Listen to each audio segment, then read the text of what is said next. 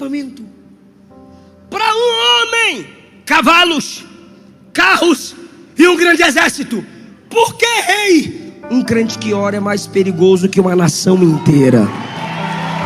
Um íntimo de Deus é mais perigoso do que uma nação inteira em pecado. Parece que a rainha da Inglaterra conhecia esse texto, porque ela disse que temia mais um crente de joelho do que o exército mais poderoso contra a sua nação. Pastor Sena, meu muito obrigado. Através da sua vida eu estou tendo o privilégio de poder ministrar a esta linda igreja. Querido, por favor, abra comigo sua Bíblia, segundo livro dos Reis, capítulo de número 6 e 7. Eu quero falar subordinado ao tema graça, juízo e providência. Graça, juízo e providência. Estou conseguindo me ouvir melhor. Muito obrigado à equipe aí do som. Segundo livro dos Reis, capítulo 6. Quero ler com vocês a partir do versículo 8, se possível.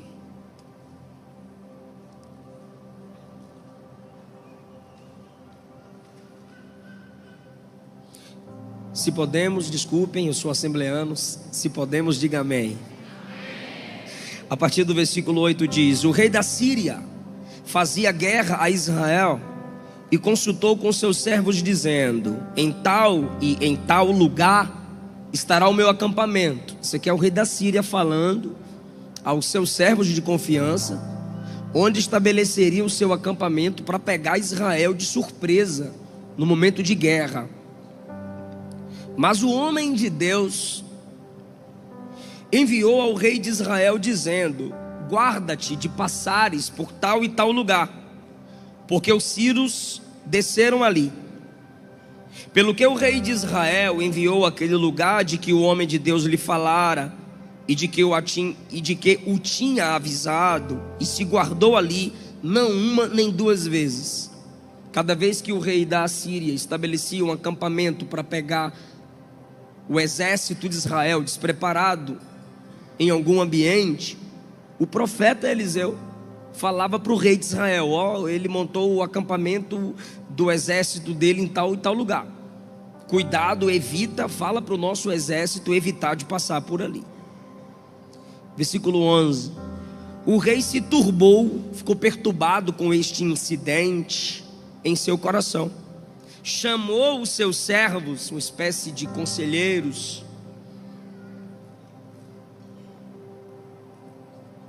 que susto, varão. Chamou os seus servos. Tá, é do pastor, ele já mandou buscar os livros dele. Chamou os seus servos e disse: não me fareis saber quem dos nossos é pelo rei de Israel? Ele está se sentindo traído. E um dos seus servos disse: não, ó rei meu senhor, é o profeta Eliseu que está em Israel. Ele faz saber ao rei de Israel as palavras que tu falas na tua câmara de dormir. E o rei disse: vai e vê onde ele está, para que eu envie e mande trazê-lo. E fizeram-lhe saber, dizendo: eis que ele está em Dotã. O rei enviou para lá cavalos e carros e um grande exército, os quais vieram de noite e cercaram a cidade. O moço do homem de Deus se levantou cedo e saiu, e eis que um exército tinha cercado a cidade com cavalos e carros. O exército do rei da Síria chegou e cercou o ambiente, Dotã, onde Eliseu estava. Então o moço de Eliseu disse: ai meu senhor, que faremos?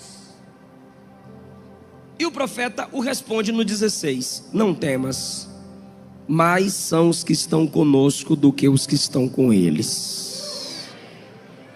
E orou Eliseu e disse: Senhor, peço-te que lhe abras os olhos para que veja. E o Senhor abriu os olhos do moço e viu, e eis que o monte estava cheio de cavalos e carros de fogo em redor de Eliseu. 23, para a gente ganhar tempo. Apresentou-lhes um grande banquete. Repete isso. Ficou feio demais. 1, 2, 3. Apresentou-lhes um grande. Repete o próximo. E comeram. E beberam. Muito obrigado. Até aí.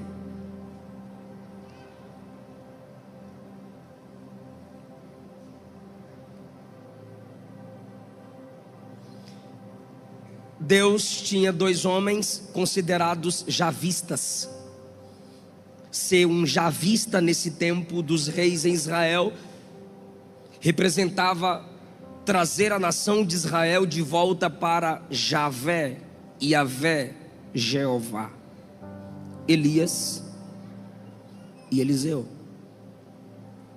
Em Deuteronômio, em sua onisciência, Deus avisou que se Israel quebrasse a lei de Deus, Israel seria cercado por inimigos, e dentro de Israel a fome se multiplicaria. Isso acontece no capítulo 7. Mas o homem de Deus era a representatividade legal de Deus na nação. Tinha falhas como eu e você temos, tinha problemas como todos nós temos, tinha limitações como qualquer um aqui tem, mas tinha fome de Deus. Se erguia como defensor da verdade da palavra de Deus. Eliseu, então, sendo um representante legal de Deus, apesar de suas falhas, nesse tempo de apostasia, ele aponta-nos, pois se ele não tivesse nada a ver conosco, eu não poderia pregar sobre ele. Ele aponta-nos para a realidade de que a igreja é a representatividade legal de Deus na terra. Cada um de nós que estamos aqui estudamos as Escrituras Sagradas para aprendermos a como se comportar como os representantes de Deus na terra. E a palavra mais clara que o Novo Testamento nos impõe de representantes de Deus é corpo. Onde Eliseu chega, seu corpo chega. Se meu corpo não chega, eu só posso chegar literalmente através de meu corpo. E se eu envio minha esposa, filho, um amigo, o representante, a representante se lembrará de mim. Assim é Eliseu. Ele é o representante de Deus, ou seja, Eliseu faz com que as pessoas se lembrem de Deus. O rei da Síria fez guerra a Israel. Não foi Israel quem se ergueu contra o rei da Síria. O rei da Síria fez guerra a Israel e consultou com seus servos, dizendo: em tal lugar estará o meu acampamento. Por que ele está numa espécie de consulta? Porque ele estava aberto a conselhos dos que lideram com ele a nação da Síria. E eles concordavam com o rei: tá bom colocar o acampamento em tal e tal lugar. O homem de Deus, Eliseu, para proteger a nação de Israel, pois ele representa um Deus que é protetor, envia ao rei de Israel a mensagem: cuidado de passar por tal e tal lugar, em passar por tal e tal lugar, ou evita de passar por esses lugares, porque o exército da Síria, através de acampamentos, agrupamentos, estão ali. O rei de Israel manda verificar. Versículo 10. Manda verificar se de fato é como o profeta falou. E chegando lá, de fato estava acontecendo conforme o profeta Eliseu havia falado. Eu gosto disso. O que, pastor? A verdade de Deus, o evangelho, o cristianismo não teme ser verificado, não teme ser analisado. Um grupo de jovens chamou São Tomás de Aquino e disse: venha ver uma vaca voando, venha ver, uma vaca está voando. Como aqueles que o chamaram eram cristãos, Tomás de Aquino se levantou e seguiu. Eu vou ver a vaca voando, sério, a vaca voando, velho, bora lá. De repente começaram a rir, kkk. Tu és um teólogo tão profundo nas escrituras, e a gente te chama para ver uma vaca voando, e você acredita? E ele disse: foram vocês que me chamaram. E o que tem? Para mim é mais fácil uma vaca voar do que um cristão mentir.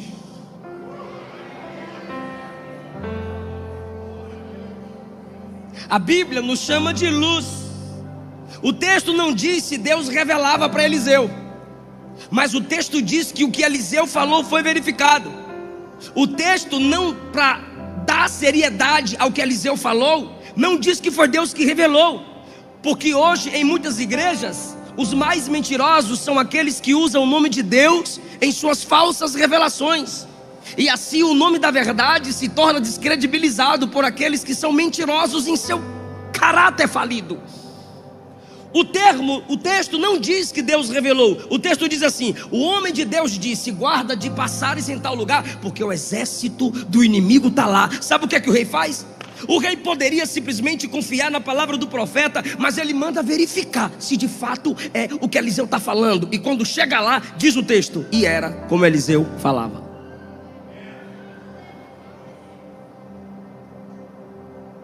Você não pode baixar o padrão. Você tem a palavra da verdade, foi regenerado pelo Espírito da verdade, foi salvo por Cristo, que é o caminho, vida e verdade. Você precisa não temer que joguem luz sobre você.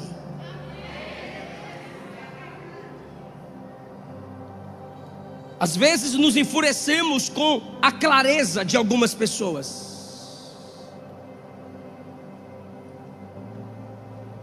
E Jesus prefere inimigos declarados do que inimigos disfarçados de amigos. Precisamos ter transparência se queremos representar Deus na terra. E eu desafio qualquer ateu, qualquer teólogo liberal, provar qual religião se entrega à verificação como o cristianismo. Nenhuma delas se entrega à pesquisa, nenhuma delas se entregam à análise como o cristianismo. Ateus já se tornaram cristãos fazendo pesquisas para criticar o Cristo que servimos e se converteram.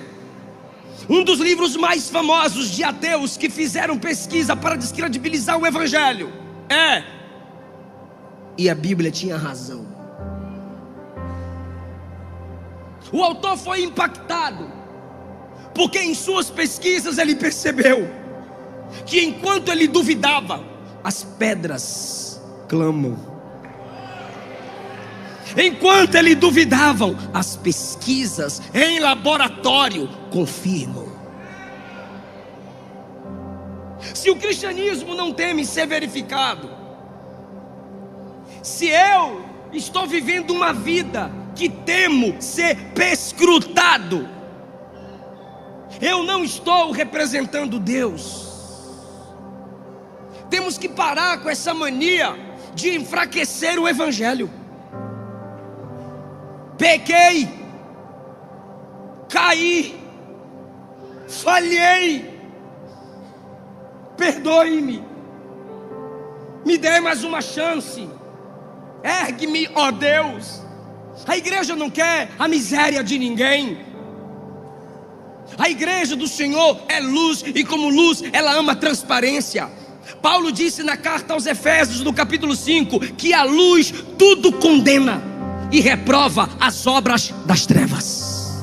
Mas como nós condenaremos os pecados do mundo se não conseguimos ser transparentes entre nós mesmos? Verifiquem as Escrituras Sagradas. Verifique as pregações dos homens de Deus. Eu, como pai, tenho a responsabilidade de me comportar de tal modo que o meu filho, Eliseu filho, diga: pai, que eu seja um marido como tu és. Que a Esther Caroline olhe para a Luana e diga: mãe, que eu seja uma esposa como tu és.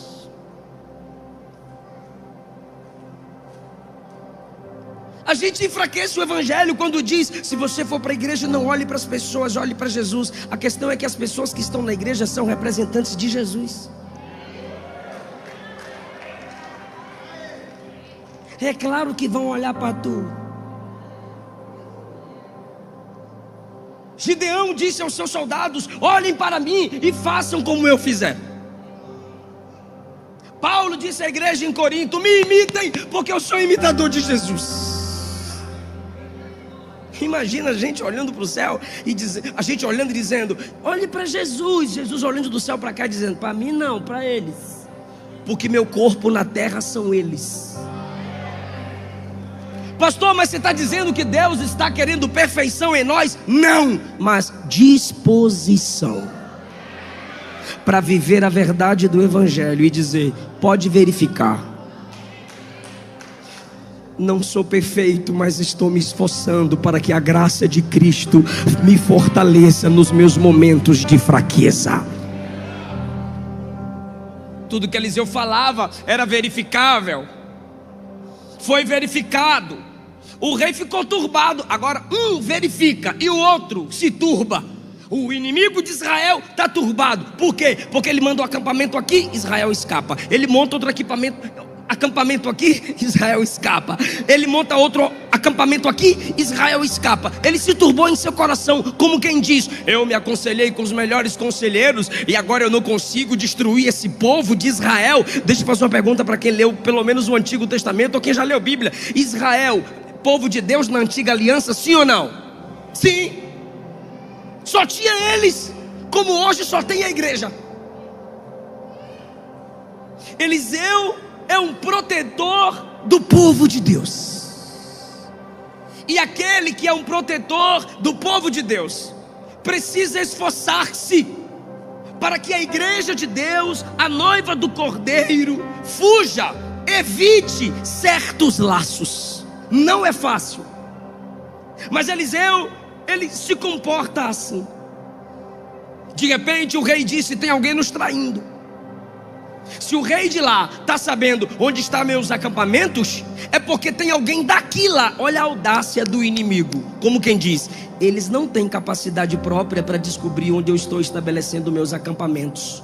Só pela capacidade de alguém daqui lá.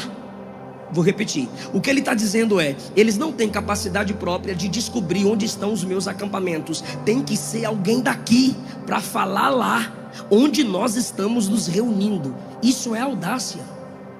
A igreja não vai precisar de quem não tem aliança com Deus para ajudá-las em sua estratégia de crescimento. A igreja tem livramento, crescimento e prosperidade ouvindo quem é de Deus, recebendo daqueles que receberam de Deus. Não, Israel não tinha alguém de fora lhe dando instruções a respeito do exército dentro. Israel tinha alguém lá dentro, como nós temos muitos aqui. Olhe isso. Quando o rei se turba, um dos seus servos responde: não, ó rei, não é isso. Não é um dos nossos que leva as informações para lá. Tem um profeta lá que fala para o rei de lá, não só onde estão os seus acampamentos. Ele fala para o rei até as palavras que tu falas na recâmara de dormir. Aí eu pergunto para essa igreja, e eu sei que ela sabe a resposta: Eliseu é onisciente? Não. Então, quando o impossível de ser sabido entre os homens, é de alguma forma revelado, só um está sendo glorificado. Eliseu tem um ministério dom, diga profeta. Eliseu tem um ministério dom, profético, profecia. E o dom de Eliseu agora, o profeta Eliseu, está revelando a onisciência divina. É para isso que servem os dons. Manifestar Deus, apresentar Deus e não o dotado.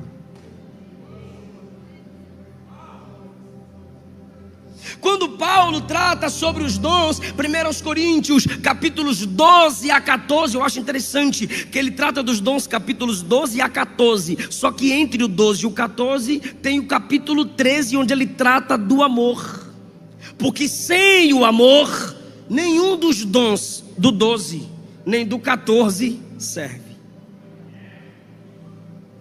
Só que quando ele conclui a listagem dos dons, no capítulo 14, ele diz assim: o ímpio entre vós, o leigo entre vós, com a manifestação dos dons, se prostrará e reconhecerá que Deus está entre vós.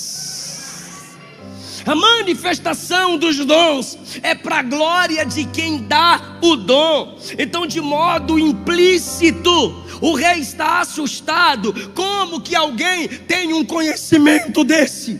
O Deus de Eliseu está sendo revelado aqui. Deus te dá dons. Deus vai te dar dons, mas pelo amor de Deus, em nome de Jesus, por gentileza, a glória é só dele, a honra é só dele. Nunca se esqueça disso.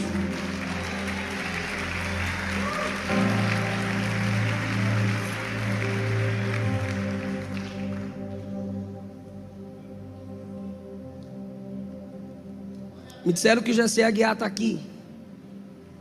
E tem uma música do Gessé que me marcou. Foi por causa dele que eu não desisti. Foi por causa dele que nós chegamos até aqui. Foi por causa de Jesus que sempre nos conduz. A igreja tem dons, a igreja tem capacidade, a igreja tem a unção, a igreja tem o chamado, mas tudo isso são holofotes para Ele. A honra é dele. Por quê, pastor? Porque dele fonte, por ele processo, para ele destino. São todas as coisas, são todas as coisas. Essa igreja que é cheia dos dons espirituais pode adorar Jesus, pode glorificá-lo, pode dizer: te louvo, te amo pela sua graça concedida a mim. Sabe o que é que o rei diz? Tem alguém com esse tipo de conhecimento? Manda trazer. Manda o exército ir lá agora trazer esse camarada aqui para mim. Eu disse que o tema é graça, juízo e providência. Israel está sendo livrado do inimigo pela graça. Eliseu está sendo usado por Deus para proteger Israel pela graça. Agora, o rei, quando sabe que tem alguém que sabe mais do que todo o seu exército, versículo 14, enviou para lá cavalos, carros e um grande exército. Vem comigo, por favor. Enviou para lá. Ficou feio, diga: enviou para lá. Carros, cavalos e um grande exército. Guarda isso, por favor, por gentileza, em nome de Jesus.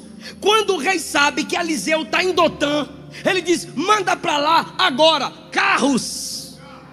Era eu, mas gostei, valeu. Manda para lá agora carros, cavalos e um grande. Para prender quem? Eliseu. Presta atenção, por favor. O versículo de número 8 diz: o rei fazia guerra a Israel. Israel é uma pessoa ou uma nação? Nação. O rei fazia guerra a Israel e consultou com seus servos. Em tal e em tal, são dois.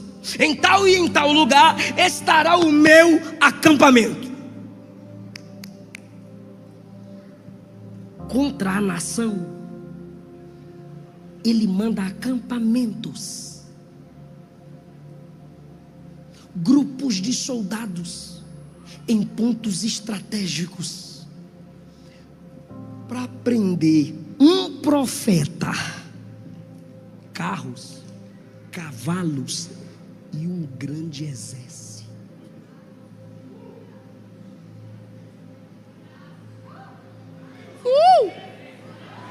Que isso? Vocês entenderam, né?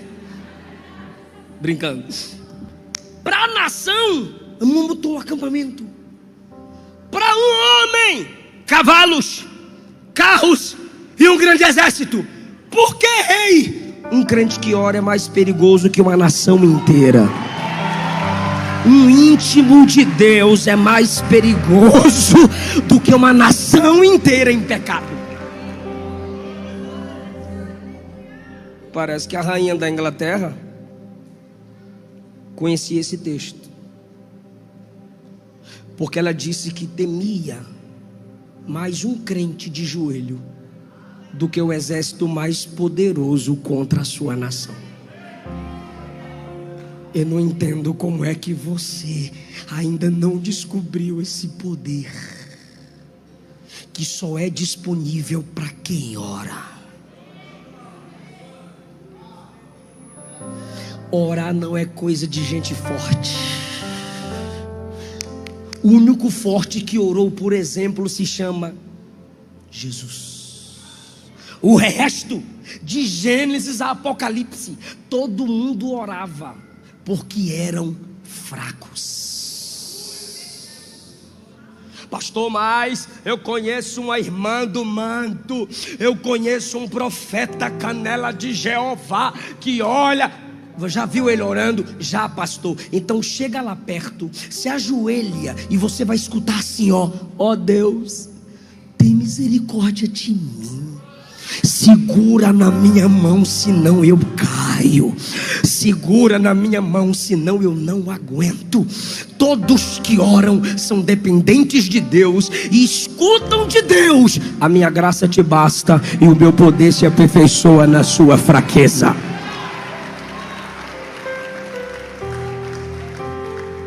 Mesmo fraco, porque um crente fraco de joelhos é mais forte do que 1000 demônios de pé. Ore, porque o poder não está em você, o poder não está na oração, o poder está naquele que mandou orar. Clama a mim e eu vou te responder e vou te anunciar coisas grandes e firmes que você não sabe. E eu provo que Eliseu orava porque era dependente, e tinha dons porque era dependente. O exército vem, cerca Dotã por causa de Eliseu. O moço de Eliseu se levanta, vê o exército inimigo e diz: ai meu senhor, o que faremos? Até parece que poderiam fazer alguma coisa no braço da carne contra aquele grande exército. Mas ele desespera: ai meu senhor, o que faremos? Tu deixa Deus te usar na revelação? Tu contas tudo para o rei de Israel? O rei da Síria agora está irado contra nós dois. Perceba que muda o alvo. Não é mais Israel, é um homem em Dotã. Defender a noiva do Cordeiro, defender a igreja, defender o evangelho te torna um alvo.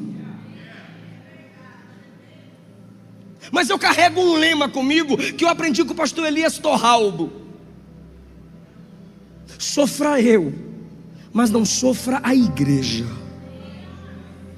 Por causa de quem protege Israel, o alvo agora não é mais Israel, é ele. O protetor que se deixava ser usado nos dons para defender o povo de Deus é atacado. E o grande exército está lá para prendê-lo e trazê-lo ao rei.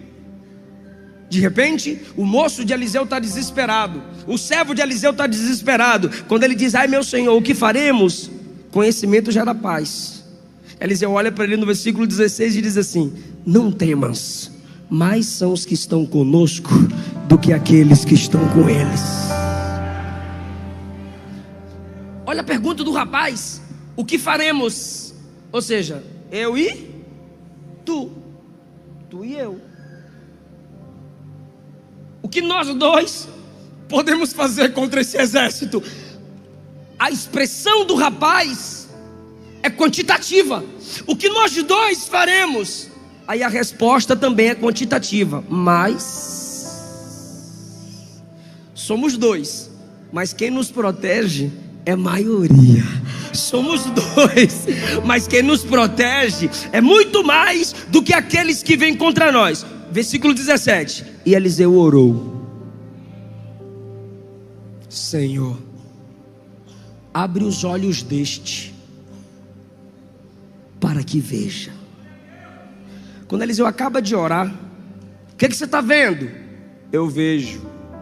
Versículo 17. O Senhor abriu os olhos e ele viu que o monte ao redor de Eliseu estava cheio de cavalos e carros de fogo. Deixa eu fazer uma pergunta para quem está ligado. Tinha um exército contra eles, sim ou não? O exército veio para prender Eliseu, sim ou não? Então por que Eliseu não meteu logo um gamerrá naquele exército? É sério, pastores, irmãs, jovens, igreja do Senhor, me escute. Quem ali traria perigo para Eliseu? O exército ou seu servo? Pode falar, perigo. O exército. Mas Eliseu está orando por quem? Pelo servo. Antes de orar por juízo contra o inimigo, ele pede graça sobre o amigo. Porque mais perigoso de quem vem contra mim é a falta de preparo de quem está comigo.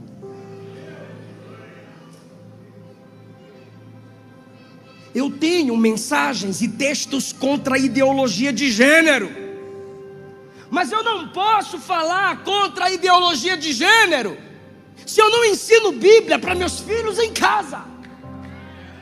Nós, como igreja, não podemos acusar os pecados lá de fora, se não tratamos os nossos pecados aqui dentro. Eu não posso culpar o governo pela ausência na educação, se aqui dentro eu não leio um livro no mês.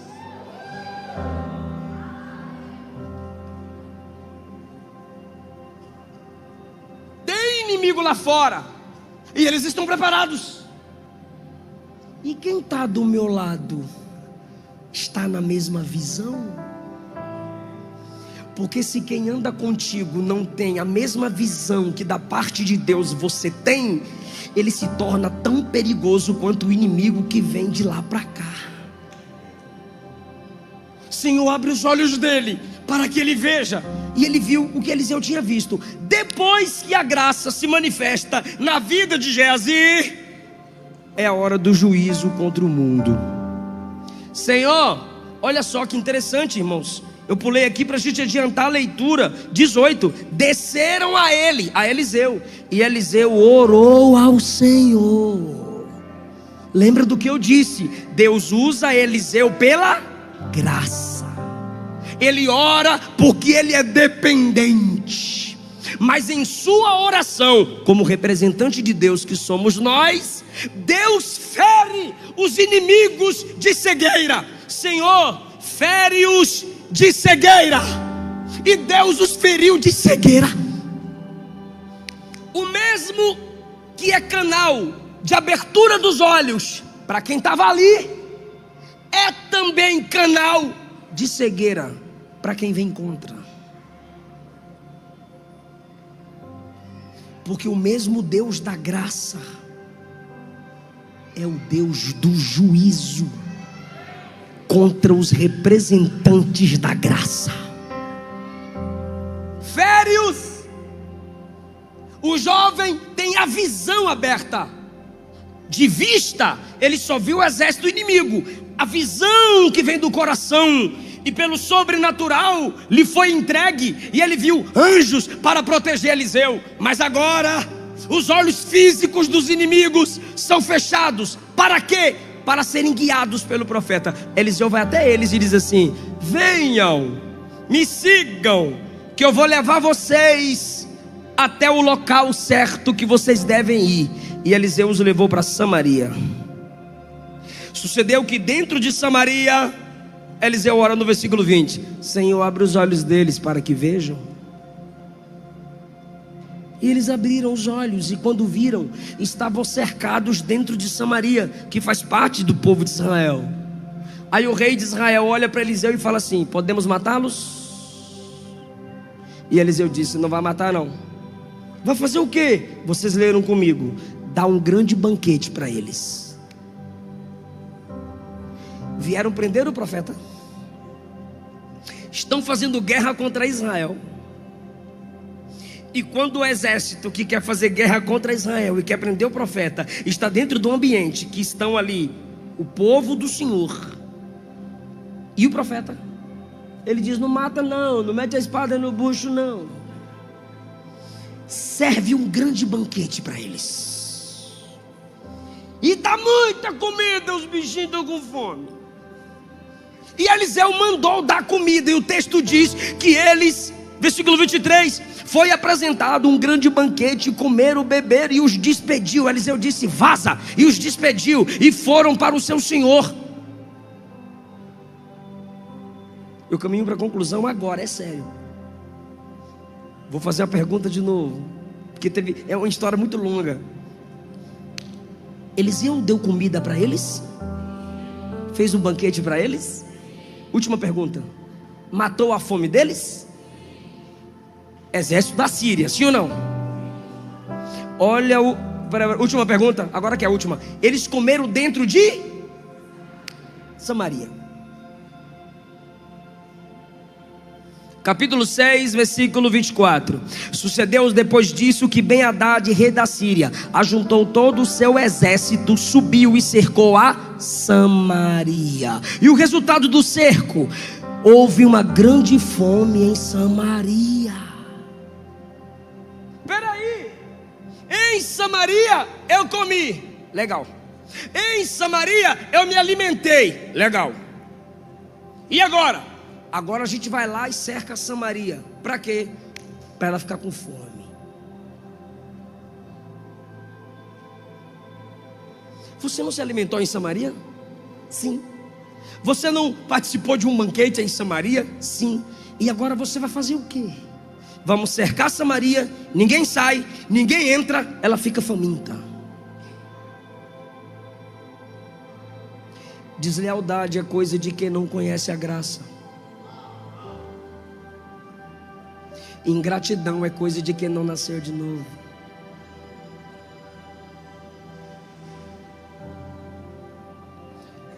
Quando a fome chegou, uma mulher olhou para o rei. Está aí, capítulo 6. Olhou para o rei e disse assim: ó, ontem nós comemos o meu filho, hoje é o dia de comer o filho dela. E ela escondeu o filho dela. Eu não estou achando o filho dela para comer, rei. Canibalismo em Israel, por causa do ventre, estão abrindo mão do amor à palavra de Deus e aos seus próprios filhos. Estão quebrando princípios na dificuldade. O Espírito Santo está dizendo a alguém aqui: pode apertar como for, pode estar na prova que for, mantenha os princípios intactos. Por quê, pastor? Porque o tema da mensagem é graça, juízo, provisão.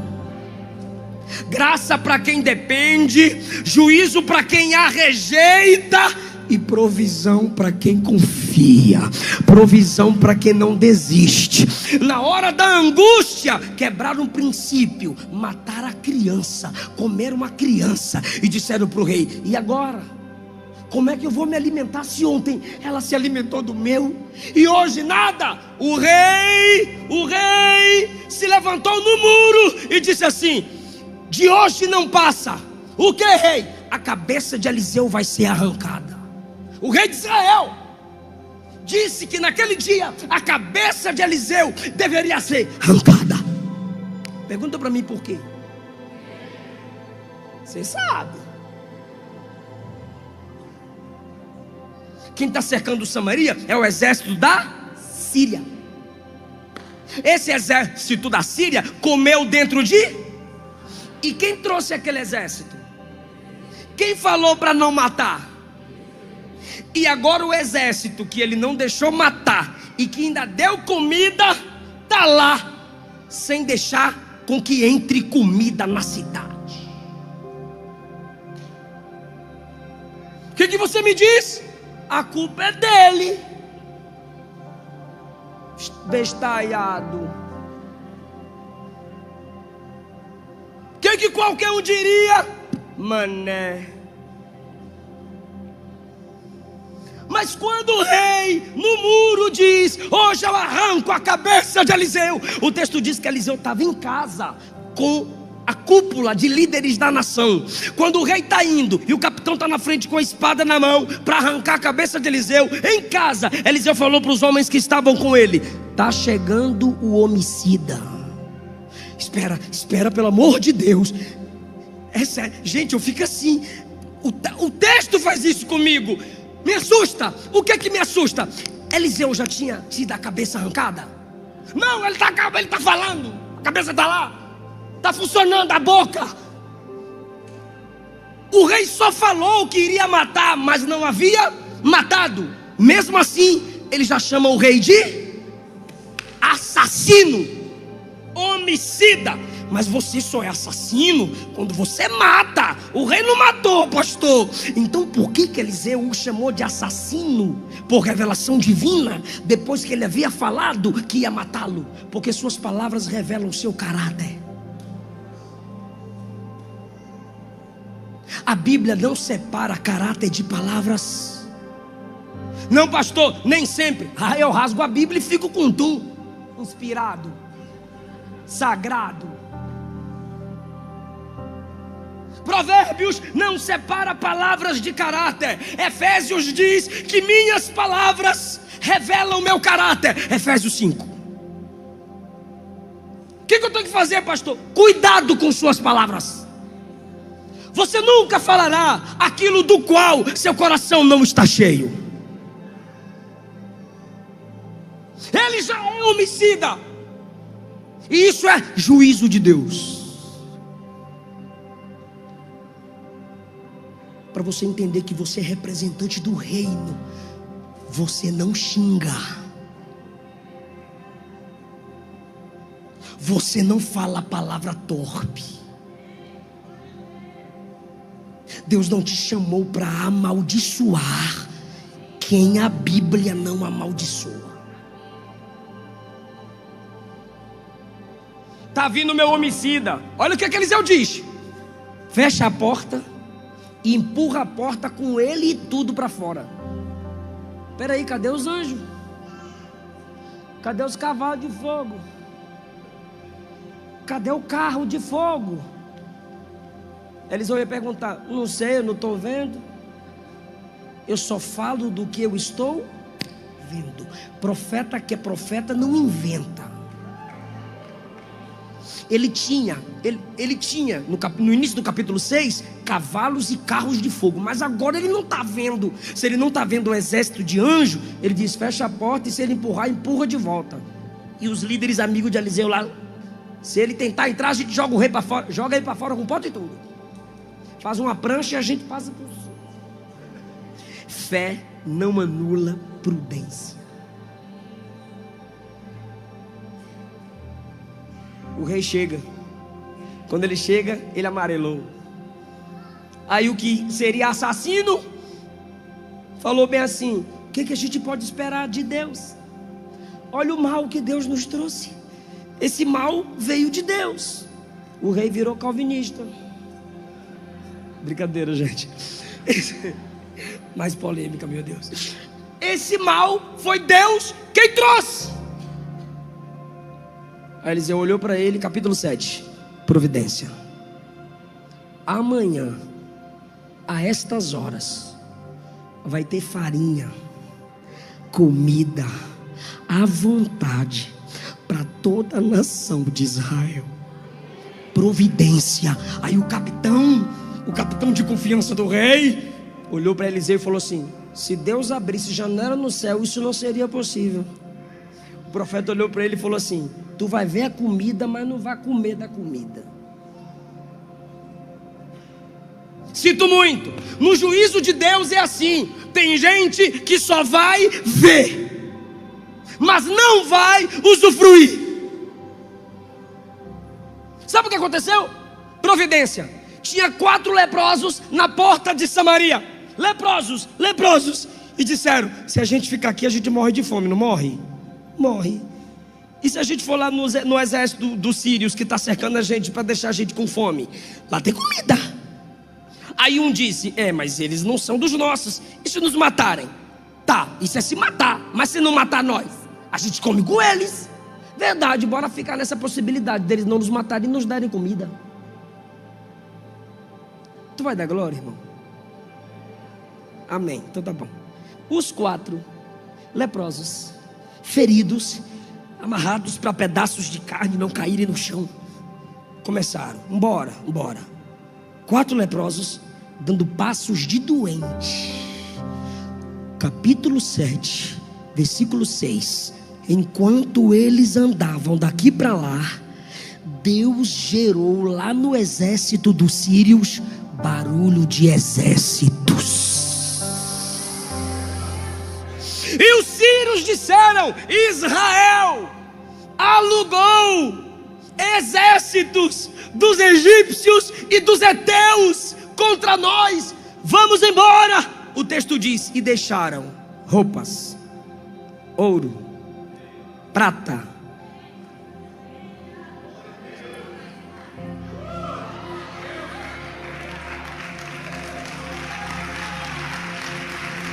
por favor, diga providência. Os 4 chegaram.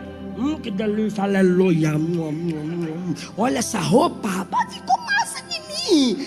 E de repente ouviram algum barulho e se esconderam. Aí o outro: não é eles não, é eu, besta, que cheguei. Não tem ninguém aqui não, fugiu todo mundo. Ah, tá, diz o texto, 2 vezes. Pegaram, comeram e se esconderam. Aí quando eles estão escondidos, isso está errado. O que? A gente calado. Samaria está com fome. E a gente com tanto de riqueza. A gente não pode se calar. Mas a gente é leproso, mas temos a mensagem. A gente está doente, mas temos a mensagem. A gente está fraco, mas temos a mensagem. Vamos entregar a mensagem. Vamos. Ei! Correram e falaram para o sentinela: ei! Tem que juntar, né, irmão? Quarteto, porque a voz era fraca. No 3 a gente fala, tá bom? 1, 2, 3. Tem comida! Rapaz, eu tô bom na ilustração. Até o que eu não tô pedindo, vocês estão falando. Isso é ilustração. Eu tô te colocando dentro da história. Você tá lá comigo? Eles estão na entrada da cidade assim, ó: tem comida! Sempre tem um mais empolgadinho, né?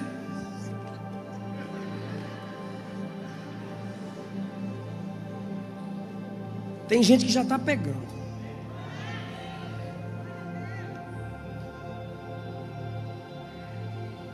Foram lá verificar de novo.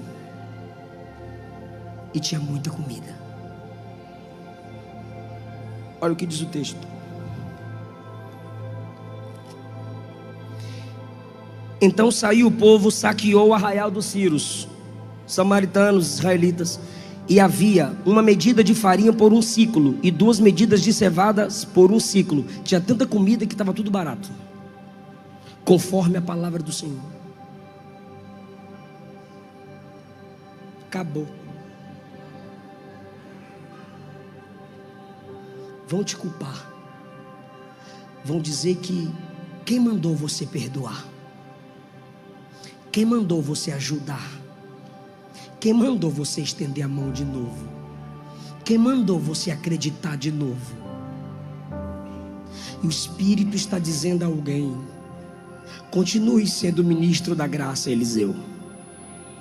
Continue dando banquete para quem não merece, porque até sem querer vai ter restituição, vão ter que devolver.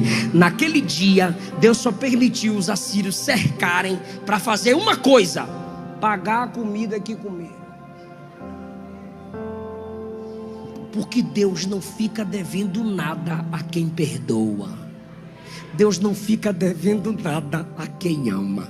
Eu fiz esse rodeio da graça todinho para lhe dizer: não permita que quem te fez o mal te torne tão mal quanto ele.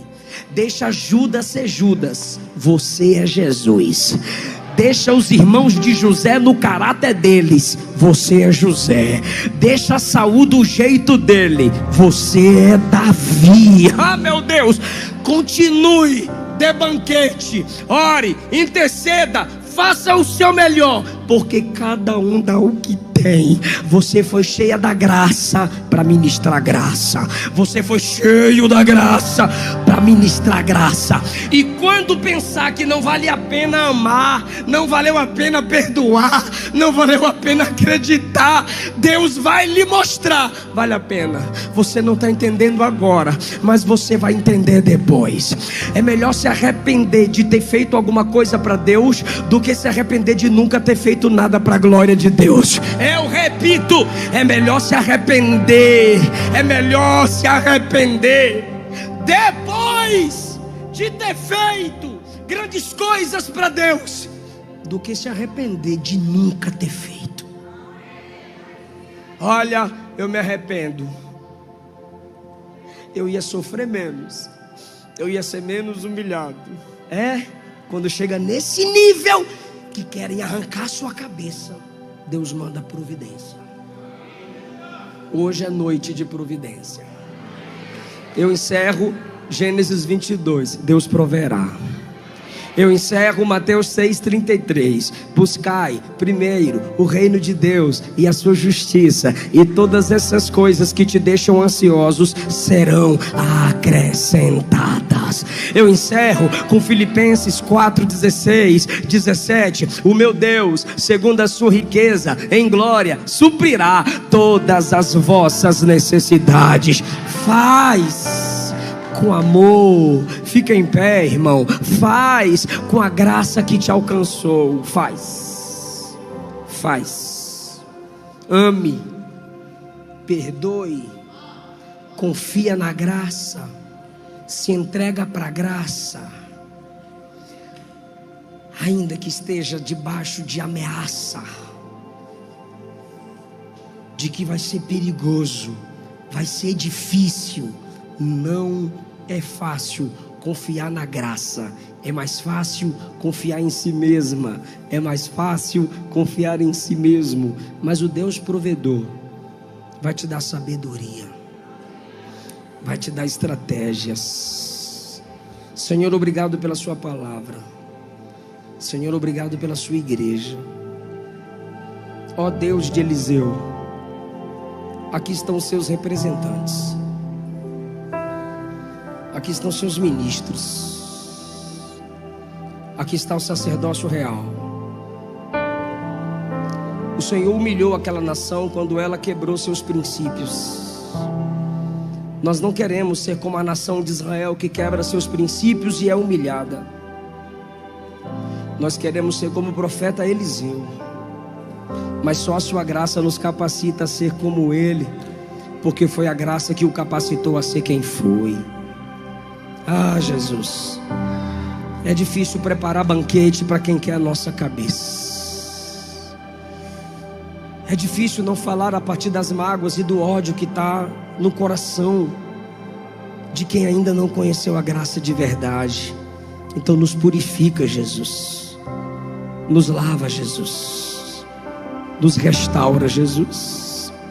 Se essa palavra te tocou, se essa palavra te confrontou, se essa palavra te humilhou, É porque hoje, Deus está lhe dizendo: eu te tiro do juízo e te coloco debaixo da disciplina. Deus pune o ímpio com juízo, mas a igreja é com disciplina. Por quê, pastor? Porque juízo é para inimigo que não se arrepende, que despreza a graça, mas disciplina é para filhos. Ele só disciplina o filho que ele ama.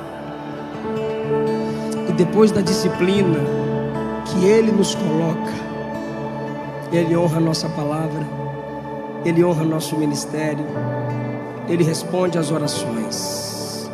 Em nome de Jesus, sejamos lavados pelo poder dessa palavra hoje. Vou falar com você e eles vão louvar a Jesus, mas fale comigo, por favor. Diga: Deus onisciente, me dá estratégias para vencer o que quer me destruir. Diga: Senhor, me ajuda a capacitar os que me cercam. Diga: ó Deus, me ajuda a preparar banquete para quem quer minha derrota. Diga: me justifica perante aqueles que querem minha cabeça fora. Cuida de mim, eu confio na sua graça. Amém? Responde a oração do Senhor. Responde a oração do Senhor, Jesus. Baixe nossos conteúdos gratuitamente. Acesse pelo link na descrição. Localiza isto agora. Verso 8, capítulo 15 do Evangelho de Lucas, apenas a parte A. Assim está escrito: ou qual a mulher que, tendo 10 dracmas, se perder a 1 dracma, não acende a candeia? Eu repito: ou qual é a mulher que, tendo 10 dracmas, se perder 1 dracma, não acenderá a candeia? Amém. Eu tenho certeza que cada um de vocês conhece o tempo a qual nós estamos vivendo. Tempos difíceis, tempos de cumprimentos bíblicos acerca de todos os sinais que existem na natureza, e não somente na natureza. Eu gosto muito de estudar, e está aqui minha vaza de prova, sobre economia, política mundial, geopolítica. E estudando tudo isso, nós podemos ver como o mundo tem se convergido para um momento fatídico, o momento do toque da última trombeta. Quem não conhece a Cristo, não tem a palavra de Deus, entende que há algo errado na terra. Quem conhece Cristo e conhece Deus, entende que está tudo muito certo, porque a Bíblia já dizia que estas coisas aconteceriam. E no meio desse tempo, Deus tem guardado uma geração, para que seja uma boca profética no meio desta geração. Eu sei que eu estou olhando para esta geração aqui dentro esta tarde, a saber, vocês não são qualquer geração, vocês não são um acaso, vocês não são um golpe de sorte do destino. O Senhor Deus já conhecia que cada um de vocês seriam tragos aqui nesta tarde para receberem uma carga de poder para este tempo chamado 2025. Eu não digo isso da boca para fora, para fazer um paralelo de tudo isto que eu estou falando a vocês como uma introdução. É só nós pegarmos por base Lucas capítulo 15, versículo 8, a qual nós lemos. Vocês entendem que existe nesta parábola, que faz parte de 3 parábolas, uma mulher que perde uma das 10 dracmas dentro de casa. Conhecendo a história melhor do que ninguém, sei que vocês conhecem, porque aprenderam na escola bíblica dominical, como eu aprendi lá na minha EBD, também na doutrina junto do pastor Magner, que quando esta mulher começa a procurar esta dracma, e encontra esta dracma, ela varre a casa, limpa aquilo que está sujo, e dá uma festa logo após encontrar esta dracma. Porém existe algo particular que desencadeia tudo isto. Conheço também, que vocês sabem melhor do que ninguém, que a vassoura que varre a casa não está na mão de Deus, está na mão da mulher que varre a casa dentro desta casa. Então a responsabilidade de santificação, por assim dizer, ou varrer o que está sujo, não está nas mãos de Deus. Esta responsabilidade repousa nas mãos de quem está na terra, dentro da casa. é só bater no peito e dizer: a responsabilidade de varrer a casa não é de Deus, é nossa. A vassoura está nas nossas mãos. E varrendo a casa busca, e buscando acha, e achando entrega uma festa ao Senhor. Porém, todo esse desencadeamento de santificação, festejo, avivamento, por que não dizer, só acontece porque uma candeia é acesa dentro desta casa. Logo, se não há candeia, não há alguém que varre. Se não se varrer, não há limpeza. Se não há limpeza, não se encontra. Se não se encontra, não há festa. Então tudo que acontece depende de uma candeia que está acesa dentro de uma casa. Enquanto esta candeia está acesa, ela revela aquilo que está oculto. Enquanto está apagada, ela oculta aquilo que está escondido. Se isto aqui que eu falo a vocês é verdade, tem base, é bíblico, então conseguimos entender que dentro desta casa é um paralelo do tempo a qual nós estamos vivendo, o tempo chamado hoje, já 2025. Afinal de contas, se nós olharmos para uma dracma dentro desse texto, juventude, nós percebemos que não é qualquer coisa. Mergulhando dentro da história, dentro desta história, nós poderíamos reconhecer que uma dracma era dada a uma mulher que tinha um compromisso, um relacionamento com o seu noivo. Então imagina que um homem olhasse para uma mulher judia e dissesse: eu quero casar contigo. Quer por quê? Quero porque te amei. Me ama por quê? Não precisa entender porque te amei, só te amei. E do porque te amo, quero casar contigo. Só que quem casa, quer casa. Se nós queremos uma casa, vou te deixar aqui por um tempo. Vou voltar para o lugar de onde eu vim, para a casa de meu pai. Vou preparar morada para eu e você morarmos quando casarmos na boda. Só que enquanto você fica me esperando, você não vai ficar de mãos vazias. Eu vou te dar dracmas. E através destas dracmas, você vai identificar e poder mostrar que você tem relacionamento com alguém. Quando você estiver usando estas dracmas, nem precisa abrir a tua boca, para dizer que tem relacionamento. É só você enfeitar teus cabelos, teu pescoço e andar pela rua. Alguém vai bater o olho e você olhar as dracmas e dizer: não toca nesta noiva, porque esta noiva tem compromisso com o noivo. E o noivo vai vir buscar para casar com ela. Só que quando nós olhamos para a dracma, vai comendo Bíblia. Uma dracma valeria hoje aproximadamente o que seria 50, 60 reais na moeda atual. Talvez você olhe para mim e diga: pastor Jonathan Carlos, 50 reais não é nada, dá nem para comer um Big Mac direito no McDonald's. Talvez não seja nada para você. Só que eu posso desafiar vocês nesse início de palavra. Se você perde 50 reais dentro da tua casa, ou no teu quarto, melhor dizendo, eu sei que se você sabe aonde está perdido, a primeira coisa que você vai fazer é: estava na minha mão, mas agora que eu perdi, vou fazer o possível para procurar, porque, pelo amor de Deus, é uma nota de 50 reais. Você percebeu que pode parecer pouco, mas quando a gente perde, é que a gente vê o valor que aquilo tem, mesmo que pareça pouco aos nossos olhos e aos olhos de outros. Dracma é a mesma coisa. Pode não ter valor enquanto está nas nossas mãos, mas basta perder para nós identificarmos o tamanho do valor que aquilo tem para nós. Enquanto está na mão, tanta gente não busca, não dá valor, meu amigo pastor Renan Lopes. Mas é perder, pastor Gesonias, para coçar a cabeça e falar: meu Deus, eu tinha e não valorizei. Agora que eu perdi, preciso procurar aquilo que eu perdi. Só que quando se perde é que se percebe que uma das dracmas faz parte de 10 dracmas. Olha aqui bem dentro dos meus olhões: 10 dracmas que foram combinadas com um noivo, ou com a esposa, entenda como quiser. Essas dracmas iriam no pescoço desta noiva, desta mulher, ou nos cabelos dessa mulher, dessa noiva. Então perceba que se falta uma dracma, ela poderia olhar para quem está em volta dela e dizer assim: não tem importância, não tem problema, porque ninguém sabe o quanto o meu noivo combinou comigo. Pode ter combinado 10 contigo, e contigo, mas comigo foi 9, foi 10 com o pastor, foi 10 com o líder, foi 10 com a igreja, comigo foi 9. Então enquanto eu tiver 9 dracmas com uma perdida, eu posso enganar quem está à minha volta. Dá para eu continuar cantando, pregando, evangelizando, fazendo a obra, vindo para dentro do Conja 10, levantando a mão, dando glória, e dizendo assim: contigo foi 10, comigo foi 9. Tu pode enganar o pastor Jonathan Carlos, pode enganar a sua liderança, o seu pastor na sua igreja, pode enganar quem está na sua volta. Só que quando a trombeta tocar nos céus, os céus se abrirem, o noivo aparecer nas nuvens, o Espírito Santo pegar a igreja e levar as nuvens, ele vai pegar esse dedão, botar bem no meio do teu nariz e dizer: você combinou tanta coisa com 9, Você enganou tanta gente com 9, disse para tanta gente que tinha 9, mas qual foi o combinado que eu combinei contigo? Não foi 10. Então, para que enganar tanta gente com 9? Se você sabe que para entrar naquela festa não basta ter 9, é necessário ter aquela que está perdida. Então não é só enganar quem está à nossa volta, porque hoje nós vivemos isto. Eu mesmo posso dizer de altar, nós vivemos um momento onde nós conseguimos enganar a outros através da nossa aparência. É simples, é só botar um terno, gravata, uma saia, uma maquiagem. Eu aplumo a minha aparência para você e digo, a minha aparência está demonstrando algo. Só que naquele dia, não basta eu estar vestido como noiva, aparência de noiva, porque o noivo vai gritar, cadê a 10ª dracma, pastor Jonathan Carlos?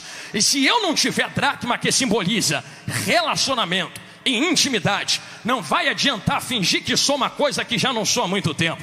Por isto é que esta mulher não finge que é, ela arregaça a manga e vai procurar aquilo que está perdido dentro daquela casa. Só que não procura enquanto não acende uma candeia. Pastor, já entendi, tu está falando que eu sou a mulher que busca? Não, eu posso colocar um pensamento diante de vós, para que vocês entendam aonde o Espírito Santo quer vos levar. Imagine que esta mulher que vai casar com esse noivo é uma noiva. E se esta noiva é uma noiva, quando nós dizemos espiritualmente, a noiva nada mais é do que a igreja santa do Senhor. Então quem acende a candeia é uma noiva, é uma igreja. Existe uma necessidade, enquanto está escuro, é a noiva quem clama por essa necessidade. É a igreja quem está clamando para que candeias sejam acesas. É a igreja quem grita, acendam as candeias que estão apagadas. É a igreja quem grita, nós precisamos revelar o que está escondido. É a igreja e o povo de Deus quem grita, nós precisamos daqueles que dão a luz para encontrar a essência que perdemos. É a noiva quem grita, a dracma está perdida, mas aonde estão os fogos acesos para iluminar aquilo que está apagado? Logo, quando eu olho para cada um dos jovens que estão sentados aqui dentro, eu não enxergo apenas jovens com a camisa da Conjadez, eu enxergo candeias sentadas nessas cadeiras, candeias em potencial. Pastor Jonathan Carlos, o que são candeias? Candeias nada mais seriam do que lâmpadas, só que não é a lâmpada que nós temos hoje em dia, a que aperta o botão e ela liga na energia elétrica. A lâmpada antigamente seria mais ou menos nesse formato. Olha aqui para o pastor Jonathan Carlos, e ela seria mais ou menos algo desse formato. Tem um pavio que fumega fogo, esse fogo gera luz, e por dentro tem azeite. O azeite alimenta o pavio gera fogo, o fogo gera luz. A luz revela o que está escondido, a sujeira é limpa, a dracma é encontrada, uma festa acontece dentro da casa.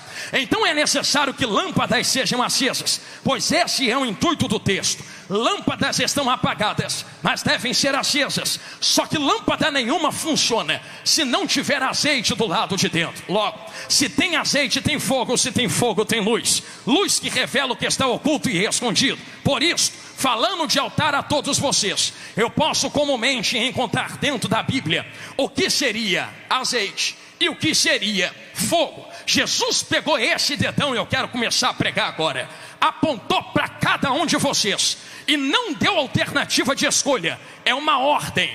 E se tu não gostar, vai reclamar com ele quando nós chegarmos na glória. Que brilhe a vossa luz diante dos homens. Não estou pedindo, estou mandando. Que brilhe a vossa luz diante dos homens. Não estou pedindo, estou mandando. Que brilhe a vossa luz diante dos homens. Para quê? Para mostrar que eu sei brilhar? Não. Para que o vosso Pai que está sentado no trono de glória seja glorificado através das vossas vidas. Vocês perceberam que adorar a Deus não é só abrir a boca para cantar aqui dentro. Adorar a Deus é brilhar lá fora. É brilhar lá fora. É brilhar lá fora. Eu não sei se tu já vivenciou isso aqui. Alguém que olha para tu e diz assim: eu não sei o que, mas tem algo diferente na vida dela. Eu não sei o que, mas tem algo diferente na vida dele. Quando ele chega, o ambiente muda. Quando ela chega, o ambiente entra em paz. Eles não sabem, mas eu sei o que está acontecendo contigo. Que brilhe a vossa luz diante dos homens, para que o vosso Pai no céu seja glorificado através da vida de cada um de vocês. Não há como ser candeia dentro de uma casa sem cumprir o propósito para qual Deus nos chamou a cumprir. E o propósito é este, juventude: brilhar diante dos homens. Só que esta luz não vem de qualquer lugar que não seja fogo. Se não tem fogo, não tem luz. Se não tem fogo, não tem luz. Se não tem fogo, não tem luz. Vou repetir a quarta e sigo no texto.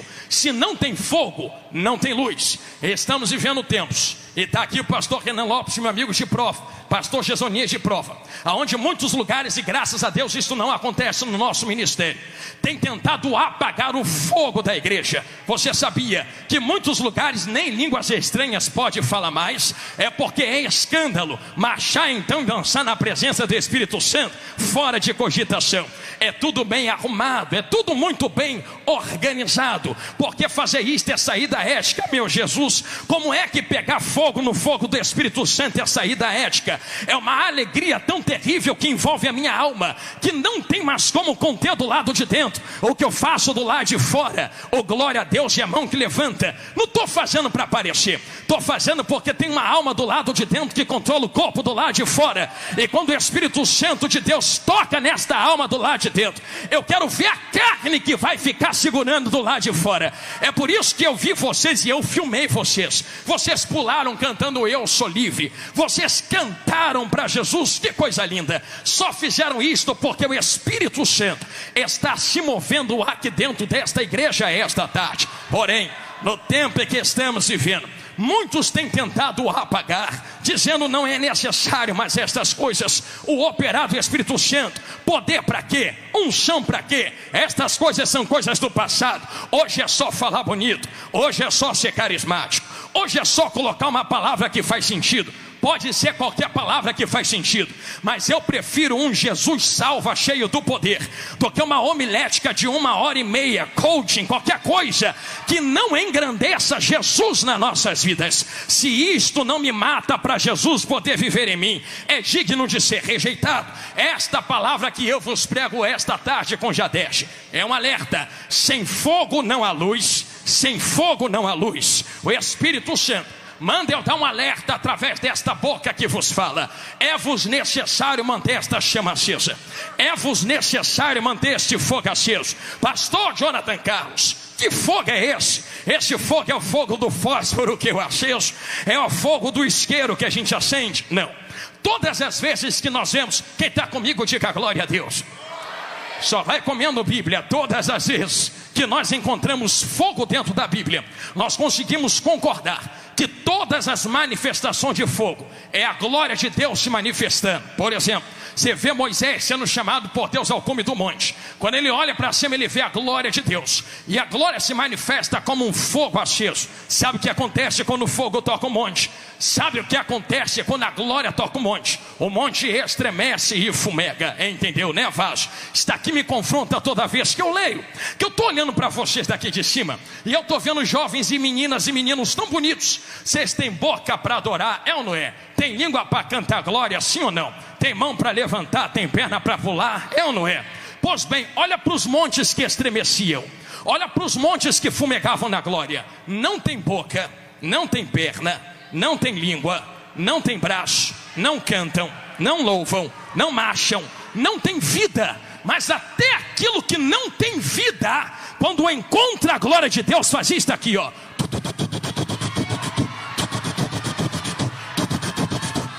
Com carinho, juventude.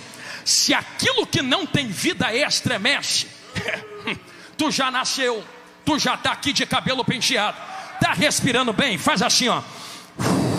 Tem uma boca para dar glória. Então deixa eu te contar um segredo. Eu sei que eu estou olhando para a maioria de jovens aqui dentro esta noite, que já nasceram, saíram da barriga da mamãe, estão aqui sentados para dar glória para Deus. Talvez você diga para mim, pastor, mas eu sou muito nova, muito novo para fazer isto. Deixa isto para quando eu casar estiver mais velho. Não coloque esta desculpa diante de Deus. Talvez alguém já me tenha ouvido falar isto, eu digo de novo. Se a tua desculpa é por causa da tua idade, e tu está impedindo o Espírito Santo de te incendiar e te queimar com o fogo dele, porque eu sou muito nova, muito novo, tenho muita coisa para viver, eu acho que tu precisa ter uma conversinha quando chegar no céu com João Batista. Enquanto estava na barriga de Isabel, 6 meses na barriga, vem Maria andando com Jesus do outro lado assim, ó, desse jeitão. Aí quando João sente que Jesus está chegando na outra barriga, se João tivesse boca ele falaria, tem gente que já nasceu no da glória, mas eu estou sentindo Jesus, não vou esperar nascer não, vou começar a pular dentro da barriga mesmo, ó. Jesus grandão da Galileia. Só que toda a movimentação de João se deu porque ele sentiu a presença da palavra na outra barriga. E vai doer, mas vai curar.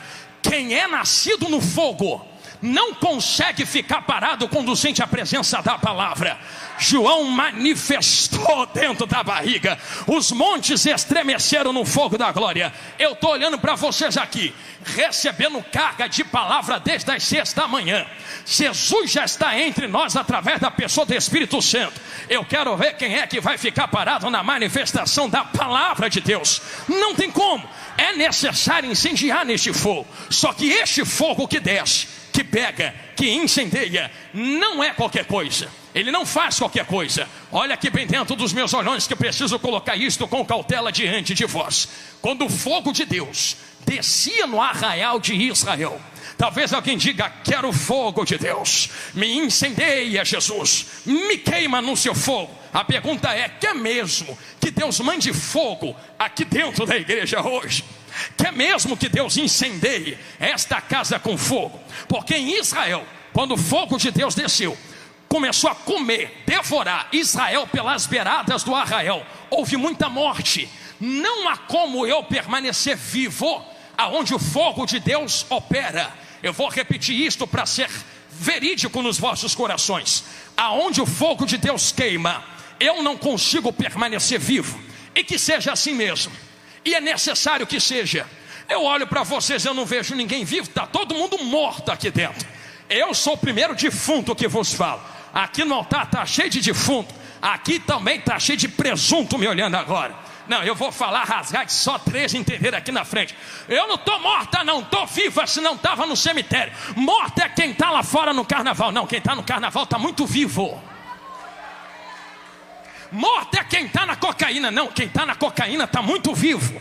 Quem está na maconha está muito vivo. Quem está na prostituição está muito vivo. Quem está no adultério está muito viva. Quem está na pornografia está muito vivo. Porque quem já morreu para estas coisas e vive para Deus está morto para o mundo, para poder viver para Cristo.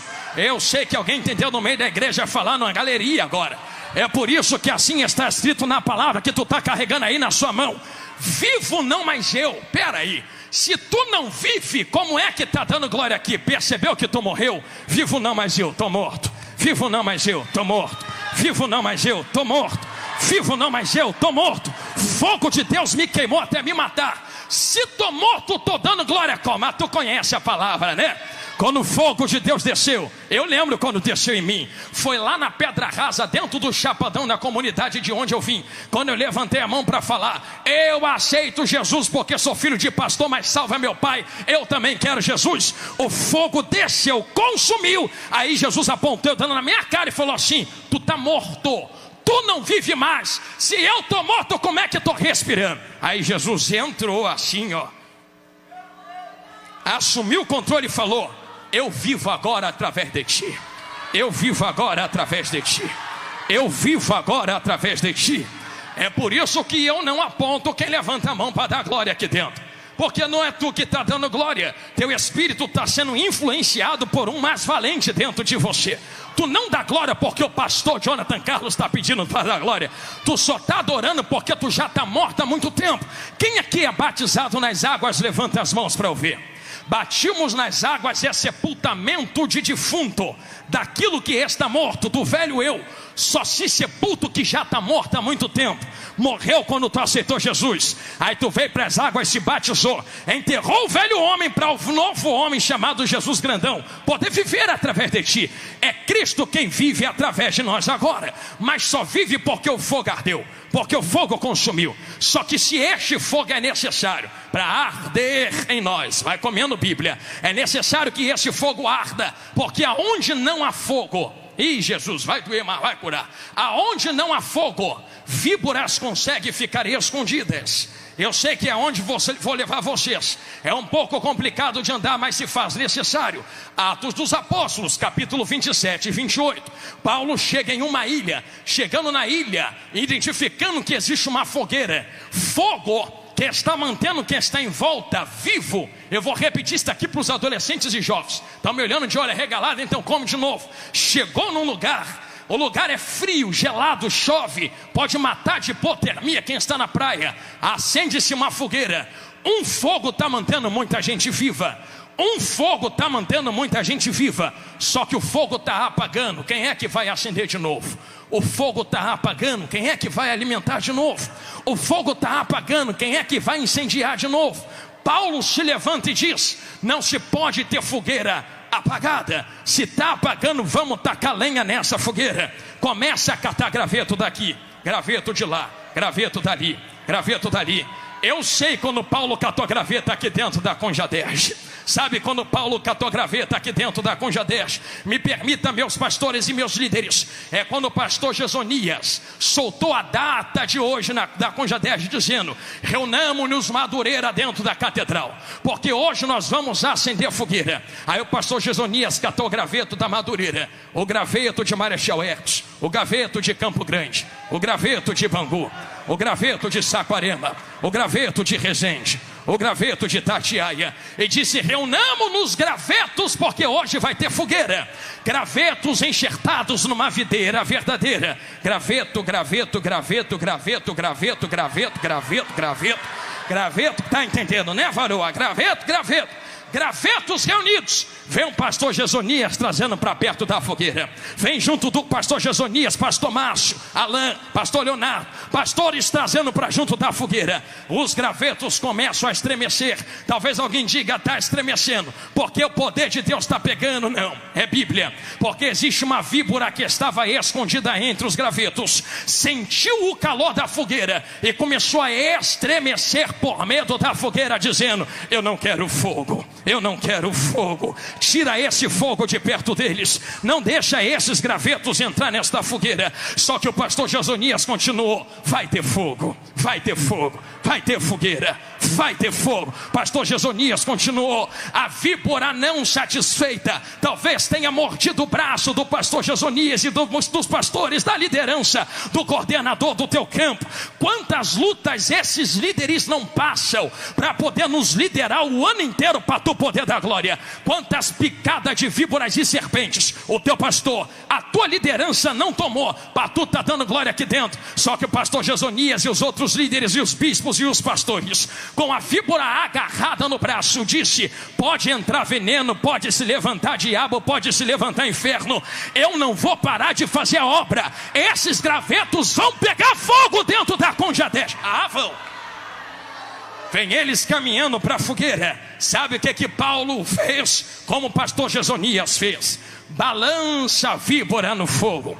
A víbora se solta. Depois pega esses gravetos e diz assim: pensa que vocês são gravetos para quê? Para mostrar que é crente? Para mostrar que é graveto? Está aí o fogo diante de vós. Vocês são combustível para esse fogo ficar aceso. Vai para a fogueira, vai para a fogueira, vai para a fogueira. Colocados na fogueira, o fogo acende. Fogo aceso mantém vivo muitos que estão à beira desta fogueira. Olha aqui bem dentro dos meus olhões. Você pensa que só tem gente de pé lá fora, só tem gente viva e respirando, porque são boazinhas? Ô filha de Deus, ô filho de Deus, carnaval está chegando aí. Quantos jovens não vão lá fora se corromper na mão do diabo no meio desse carnaval? E sabe o que acontece? A ira de Deus está acesa contra a terra. Só que a ira de Deus ainda não foi derramada, porque existe uma fogueira acesa na terra chamada Brasil. O Brasil tem promessas de avivamento sobre a sua cabeça. E se tem promessa de avivamento, e isto é verídico, e que não seja da minha boca para fora o que eu vos falo agora, mas que seja verídico o que eu vou vos falar. Muitas promessas de avivamento foram feitas ao Brasil desde o início dos tempos. Esses homens profetizaram. Vocês me permitem profetizar também. Eu não sou quem eles foram, quem sou eu? Mas eu profetizo. Eu profetizo. Eu profetizo que a fogueira não vai apagar, a promessa não vai cair por terra. Deus está lançando gravetos dentro da fogueira. Madureira está sendo levantada sobre a terra com a chama do avivamento nesse último tempo. Rejeitemos os pratos da imundícia, santifiquemo-nos nesse último tempo, porque o poder de Deus vai fluir sobre nós e entre nós. Por isso eu pedi para tu pegar a mão. Eu não profetizo sobre vós chave, casa, carro, dinheiro. Não, estas coisas vêm e passam. Eu profetizo o óleo santo que mantém o fogo na lamparina acesa. E entenderam, pastor Renan Lopes? Entenderam, meu amigo Felipe? Pastor Josonias? Só tem chama acesa se tiver óleo na lamparina. Só tem fogo aceso se tiver óleo na lamparina. Pastor, então me dá o óleo. O que é o óleo? O Espírito Santo de Deus. É o óleo que vai na cabeça de Arão. Toma Davi, se apodera dele. Ah, eu quero o Espírito Santo. Quer? Então eu tenho uma notícia para dar.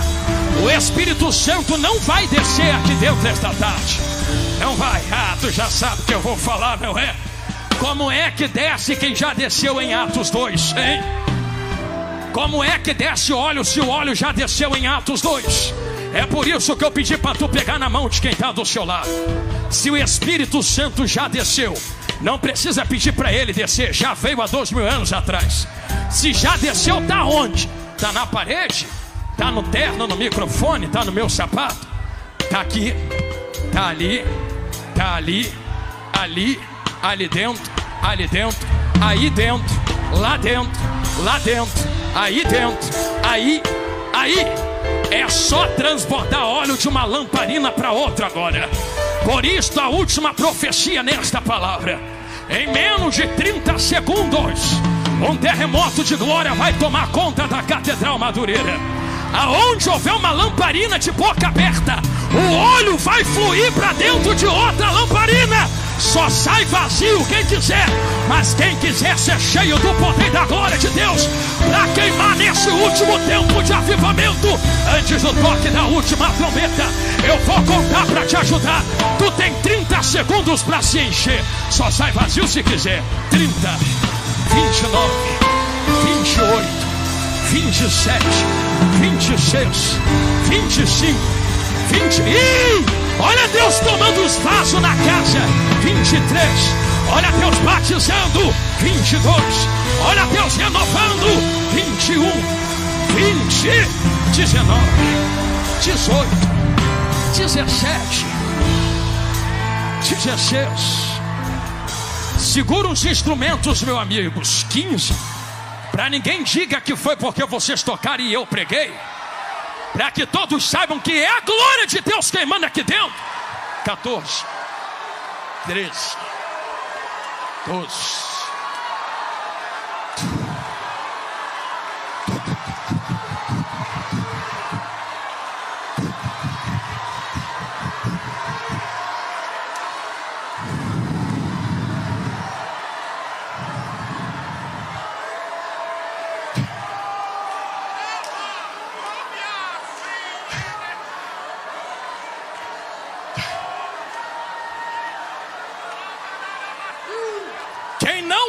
Batizado, Jesus está batizando agora. Abre a boca da glória. Ele vai encher lamparina de azeite. Pega fogo, pega fogo, pega fogo. Deixa te queimar aqui dentro esta tarde. Amanaua Rafaua Sique Telerebacata Canugite Requeia Ratacoteia Torremaia Cia Catúria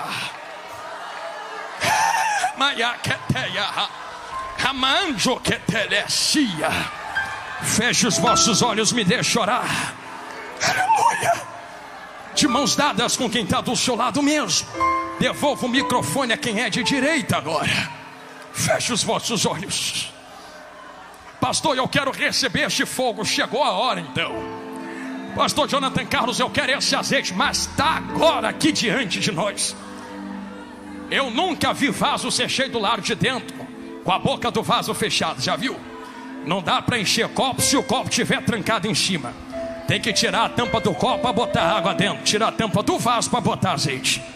Não é tu sentir Deus para adorar, adore o que você o sente. Não fomos nós que viemos receber a adoração de Deus, somos nós que viemos adorar.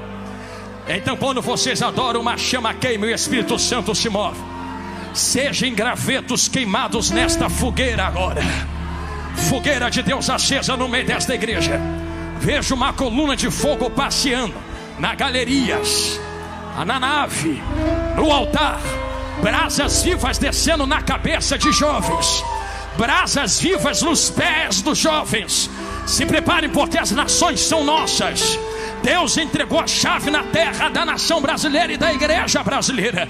Se preparem para ir aonde ninguém foi, para falar o que ninguém nunca falou. Os mares e as multidões estão diante de nós. Eis aí os campos verdejantes já estão, maduros já estão, perdão. Aonde estão os ceifeiros para ceifar esses campos conosco? Eis aqui diante de mim os ceifeiros de Madureira. Deus vai te cobrir de poder e glória em Jerusalém agora. Antes de ser até os confins da terra, Atos dos Apóstolos 2, se reúne em Jerusalém, receba revestimento de poder. Então feche seus olhos, porque poder desce sobre nós agora.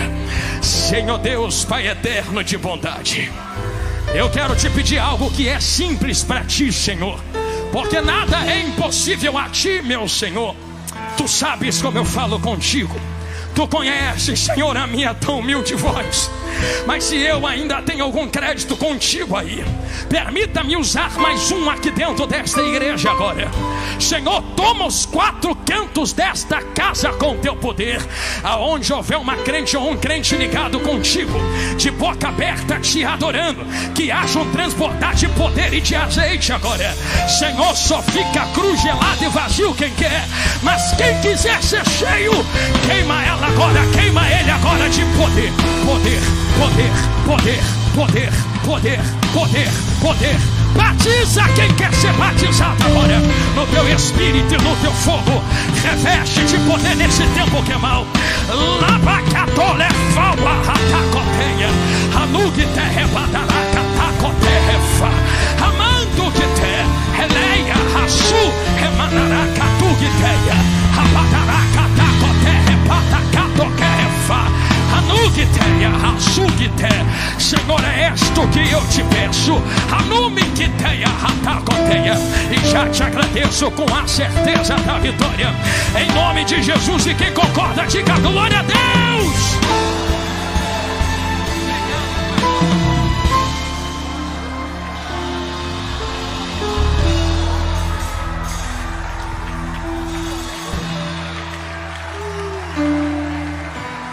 Lobianda rachore pantarabandara baixuiandea. Dubiande handera batumpi cantarabahabiaba.